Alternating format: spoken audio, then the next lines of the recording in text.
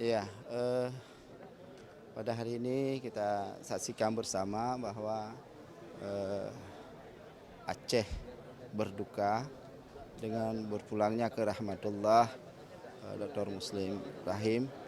Ya, beliau adalah ulama kita yang juga sekaligus sebagai ketua MPU Aceh.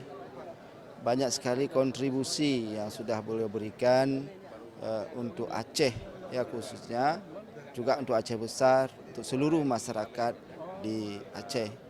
Jadi bagi kita, bagi saya sendiri sebagai Bupati Aceh Besar dan masyarakat Aceh Besar menyatakan berlangsungkawa sekaligus juga menyatakan sangat sedih atas berpulangnya ke rahmatullah beliau, dan doa kita mengiringi beliau supaya segala amal ya, yang telah beliau lakukan mendapat balasan yang mulia di sisi Allah Subhanahu wa taala.